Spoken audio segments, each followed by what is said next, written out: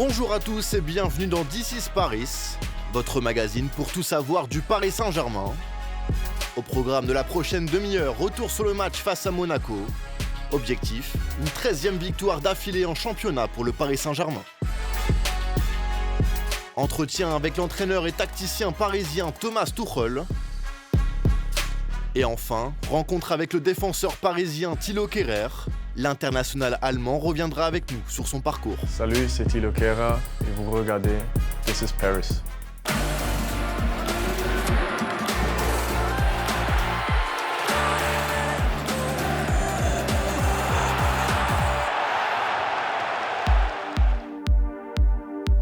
Nouvelle recrue estivale de l'effectif du Paris Saint-Germain. Thilo Kehrer s'impose comme l'un des piliers de la défense parisienne. Âgé seulement de 22 ans, l'international allemand nous raconte son parcours. Je suis né en Allemagne, mais mes parents, en fait, ils étaient jusqu'en vacances en Allemagne. Ils ont vécu en Rwanda et en Burundi. Et c'est aussi après 2-3 semaines en Allemagne, on est reparti en Afrique et je suis grandi là. Parlais que français avant, jusqu'à j'ai eu 5 ans. Là, on est reparti en Allemagne pour rester là aussi le temps. Mais oui, c'est vrai, je suis grandi d'abord parler français et après j'ai appris l'allemand et l'anglais aussi. Après, en Allemagne, on a continué à parler français dans la famille. À 15 ans, Thilo Kehrer quitte la ville de Stuttgart et sa famille pour intégrer le centre de formation de Schalke 04, une étape alors déterminante dans la vie du jeune Allemand. À cet âge, c'était une rêve un peu loin aussi. Bien sûr que je voulais réussir des choses et devenir une pro.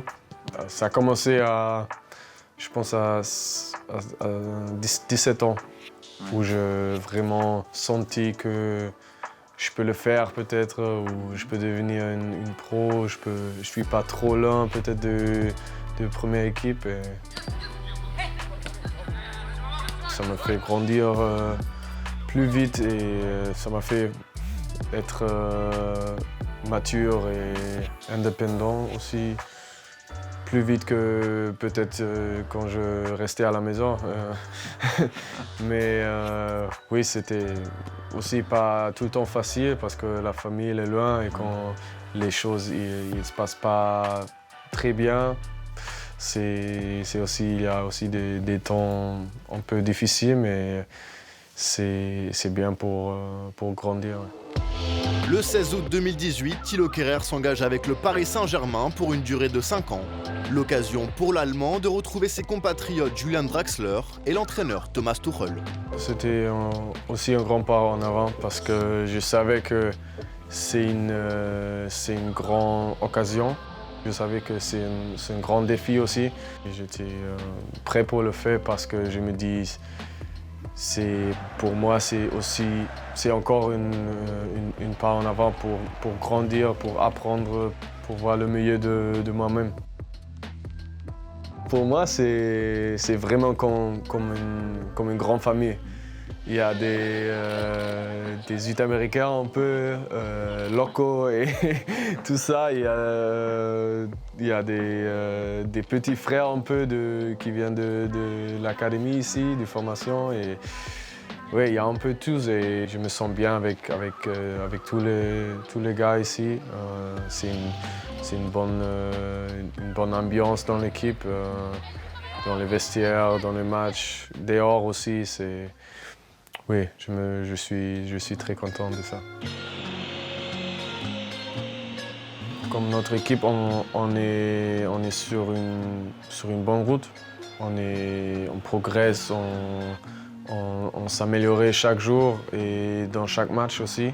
La communication est très bien sur le terrain spécialement. Pour moi, c'est clair que Thiago et Maki, ils ont beaucoup d'expérience et déjà joué beaucoup des grands matchs et c'est comme ça je peux beaucoup apprendre des eux.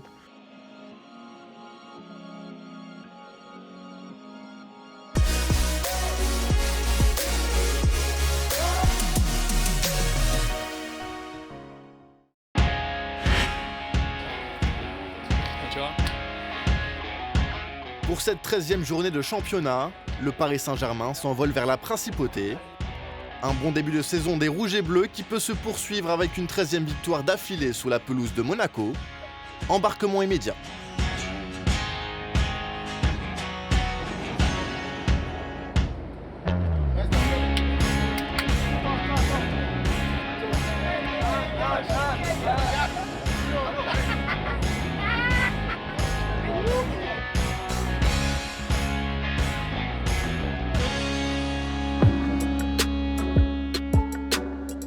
Les Parisiens restent sur cette victoire lors de leur dernière confrontation face à Monaco.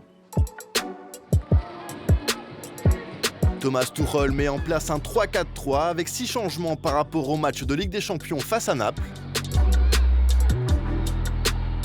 De quoi donner du temps de jeu aux jeunes Parisiens Moussa Diaby et Christopher Nkunku.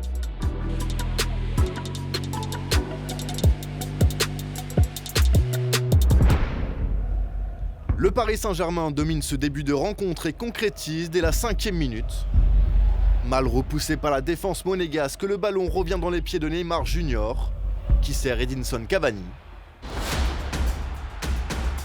Dans un premier temps refusé, le but parisien est finalement bien validé.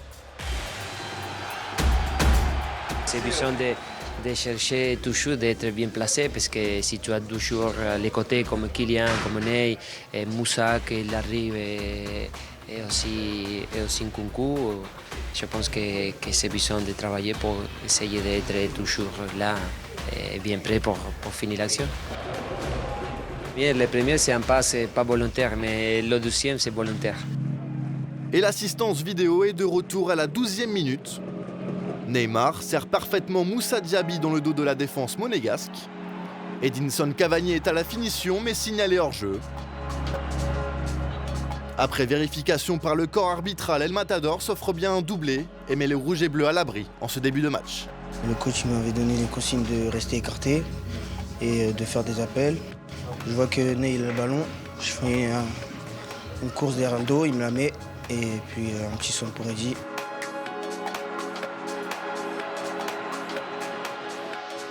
En deuxième mi-temps, les Parisiens ne baissent pas l'intensité. Adrien Rabiot lance Moussa Diaby, qui centre pour Edinson Cavani. Un triplé pour l'Uruguayen qui inscrit son 8e but en Ligue 1 cette saison. Il a marqué et c'était nécessaire pour un numéro 9 de faire des buts et il a fait trois fois et c'est top pour nous et top pour lui.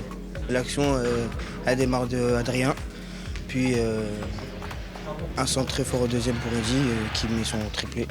Moussa, il a mérité et il est très dangereux sur la côté gauche pour nous, avec des courses, avec des dribblings et avec sa vitesse.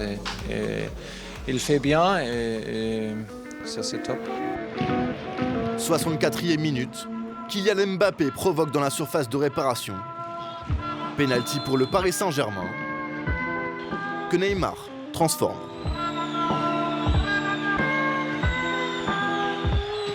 4-0 score final, 13e victoire d'affilée pour les hommes de Thomas Tuchel, un record d'invincibilité qui se prolonge pour le club de la capitale. C'était extraordinaire, 13e victoire pendant 13e match. C'est extraordinaire et c'est pas facile et pas normal, mais aujourd'hui on a vu que Monaco a une situation compliquée avec beaucoup de joueurs blessés. C'était un premier mi-temps, c'était 2 buts rapidement, mais aussi des occasions pour l'adversaire. Le deuxième mi-temps, c'était plus sérieux, plus structuré, et pour ça, nous avons gagné, mérité.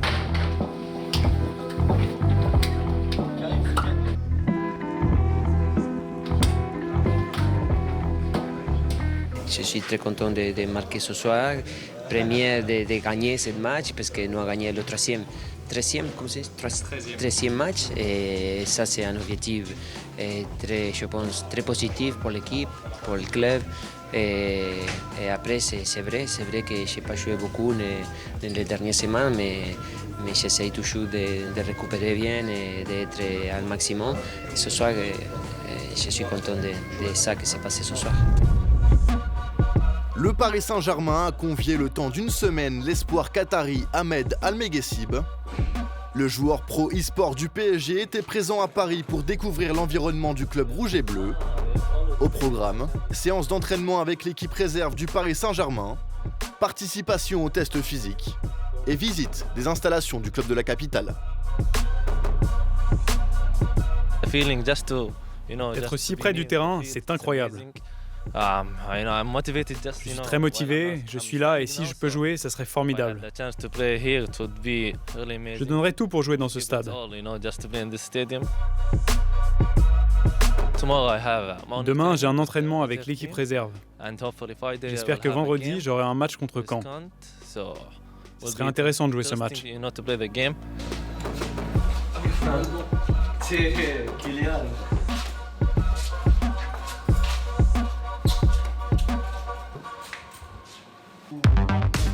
Juste une poignée.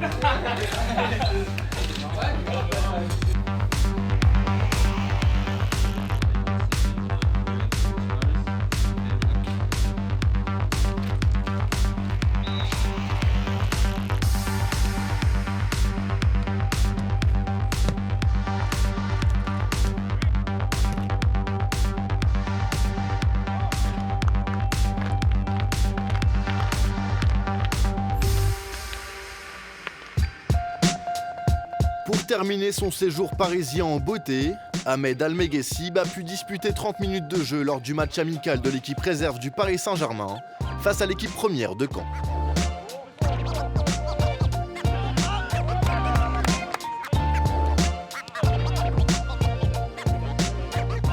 Une semaine qui restera à jamais gravée dans la mémoire d'Ahmed. J'ai essayé de donner le meilleur pour l'équipe, de ne pas perdre le ballon, de toucher le ballon avec mes coéquipiers. Tout s'est bien passé. Je suis heureux et je profite de ce moment. À suivre dans D6 Paris, l'équipe féminine du Paris Saint-Germain a affronté l'Olympique lyonnais au stade Jean-Bouin. L'équipe d'Olivier Chouafny pouvait prendre la tête du classement en cas de victoire.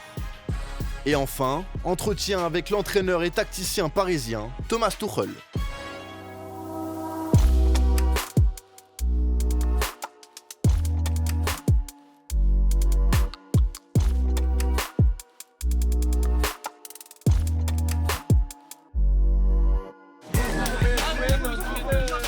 Retour au centre Redou pour les internationaux du Paris Saint-Germain.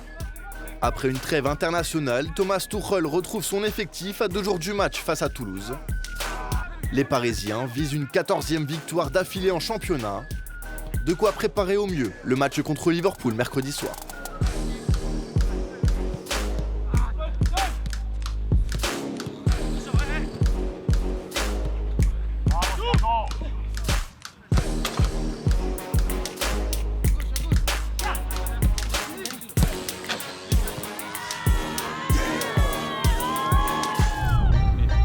Et on retrouve l'équipe U17 du Paris Saint-Germain en pleine préparation pour la réception d'Amiens après un début de saison délicat. Je m'appelle Laurent Huard, j'entraîne le groupe U17. C'est ma 3e année au Paris Saint-Germain. On travaille avec un groupe d'entraînement élargi, U16, U17.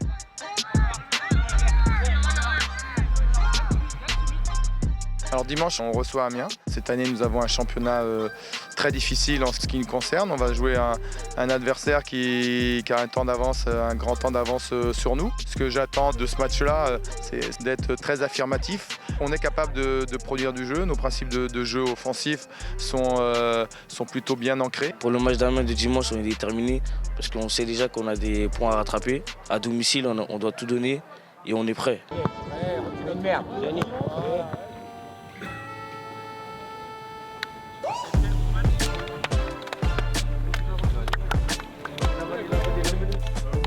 Aujourd'hui, on a joué contre Amiens. On a été ensemble et c'est tout ce qu'il faut pour faire un bon match. C'est un match plutôt équilibré, mais on l'a fait pencher de notre côté avec un état d'esprit aussi un peu plus positif. Allez, va, Baguelan! Baguelan! Faute! Bien joué! On a plutôt bien défendu ensemble et puis ensuite dans l'utilisation du ballon, on a réussi à être patient, à trouver les espaces de jeu.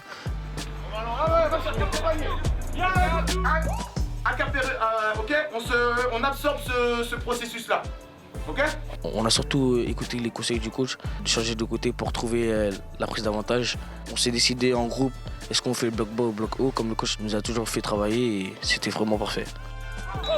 Les principes de jeu ont été respectés, on a de plutôt de bons positionnements. Najera ouvre le score sur pénalty pour les Parisiens, avant que Michu double la mise.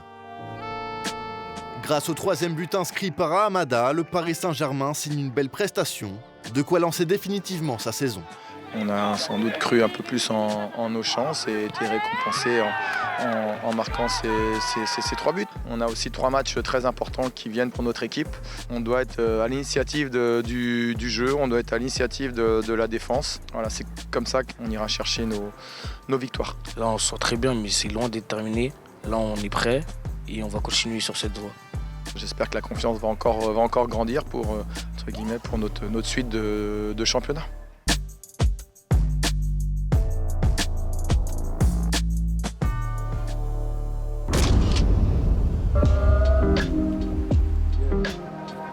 C'est un match test pour l'équipe féminine du Paris Saint-Germain.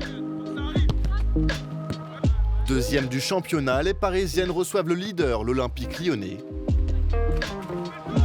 Les Rouges et Bleus comptent bien bousculer la suprématie lyonnaise dans ce championnat. Je pense qu'il faut être à la hauteur de l'événement et de l'affiche déjà. Et ça, c'est sur le plan individuel qu'elles vont devoir travailler, sur le plan mental. Et puis c'est un collectif parce que si on veut faire à un moment donné un résultat face à cette équipe-là, ça passera automatiquement par le collectif. Direction le stade Jean-Bouin pour les joueuses d'Olivier et Chouafny. 2e à seulement 2 points des Lyonnaises, les Parisiennes pouvaient prendre la tête du classement en cas de victoire.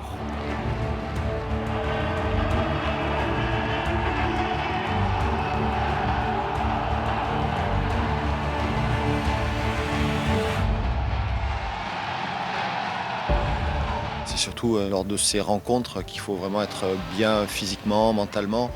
Mais bon, je ne me fais pas de soucis. Au contraire, quand vous savez que vous rencontrez de telles équipes, automatiquement, la motivation elle vient d'elle-même.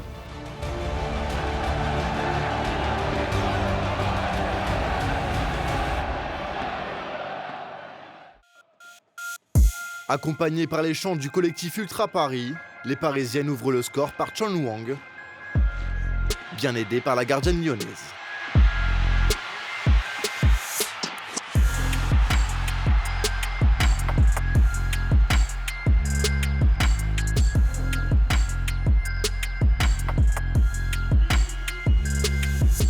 Mais Lyon égalise dans la foulée, grâce à Wendy Renard sur corner.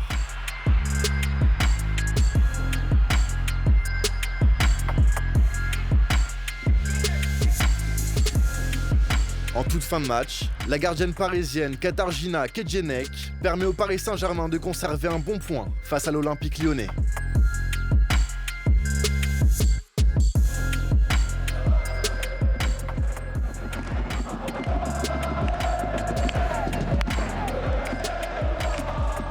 C'était un vrai grand match avec beaucoup d'intensité, beaucoup de duels, peu de situations des deux côtés, assez équilibré.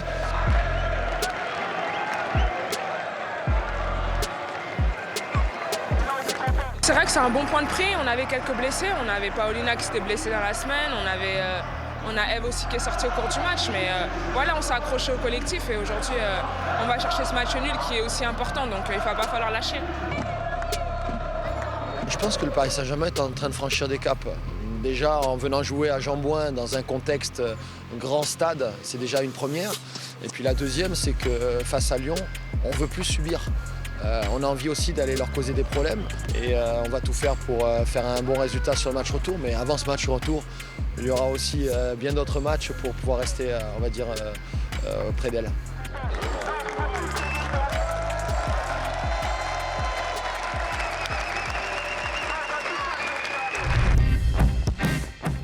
Le Paris Saint-Germain compte l'attaque la plus prolifique en Ligue 1, avec 45 buts inscrits en 13 victoires consécutives.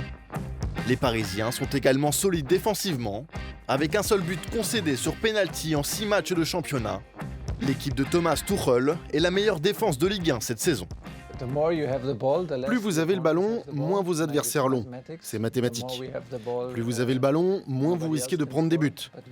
Et puis vient le moment où vous perdez le ballon. C'est crucial. Nous perdons encore trop facilement de ballons dans des positions délicates. Mais dans le même temps, nous avons une structure plus solide. Donc c'est un sujet un peu complexe en ce moment. Les 4 ou 5 joueurs en défense sont à la fondation de ce que les joueurs offensifs peuvent faire en termes de créativité et de mouvement, sans avoir à penser s'ils sont dans la bonne position, s'ils peuvent dribbler alors qu'ils doivent le faire librement. Nous devons assurer la structure de derrière et réduire les espaces avant que nos adversaires utilisent ces espaces eux-mêmes pour leur contre-attaque. D'après moi, il faut défendre contre les potentielles occasions de l'adversaire avant que quiconque dans le stade puisse voir qu'il y a une chance d'attaquer en ayant un bloc haut.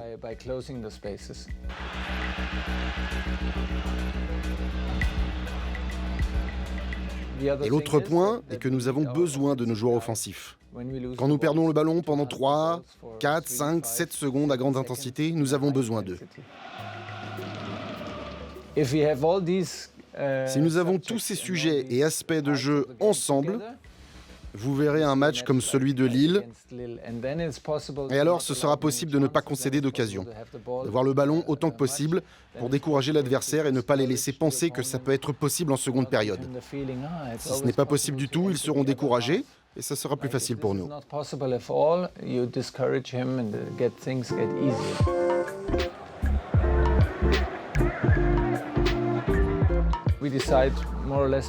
Nous décidons peu avant le match si nous attaquons à 5 ou à 6 joueurs. Avec 5 joueurs, ils doivent faire la couverture défensive pour les autres et faire les efforts. À Marseille, nous avons attaqué avec 6 joueurs devant le ballon et 6 derrière.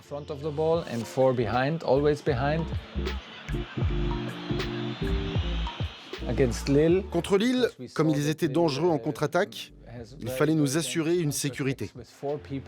Donc nous nous sommes dit qu'il fallait 5 joueurs derrière le ballon et 3 défenseurs avec 2 milieux de terrain, plus nos joueurs sur le côté. Cela dépend de qui on rencontre et des dangers de nos adversaires. Et ensuite, nous décidons quelle structure utiliser.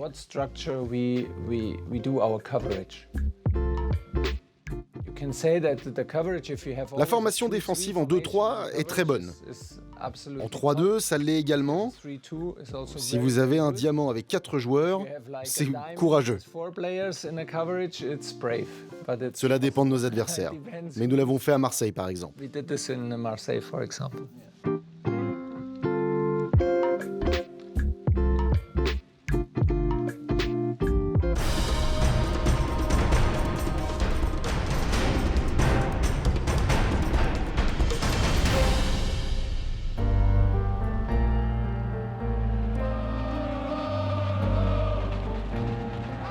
Nous savons que c'est un match crucial pour nous et pour Liverpool également. C'est une grande rencontre.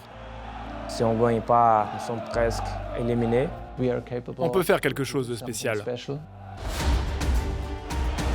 Di Maria, Cavani, shape for the overhead, and they've got one back. It's Meunier from the back. C'est notre dernière chance de montrer de quoi on est capable. Si on gagne, on peut finir en première. Neymar to the edge of the box. He's in there again, and then level it up with Mbappé. Dans le match de Ligue des Champions, c'est le petit détail qui va faire la différence. C'est un grand objectif et un grand défi pour nous.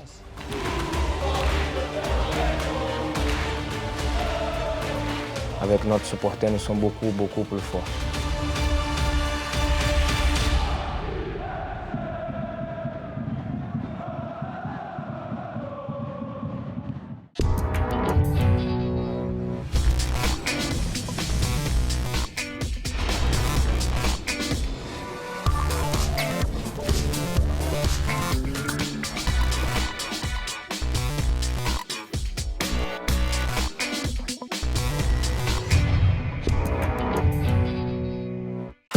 Abonnate al canal de YouTube de Paris Saint-Germain. Abonne-toi à la chaîne YouTube du Paris Saint-Germain. Subscribe to the Paris Saint-Germain channel. Inscreva-se no canal do YouTube do Paris Saint-Germain.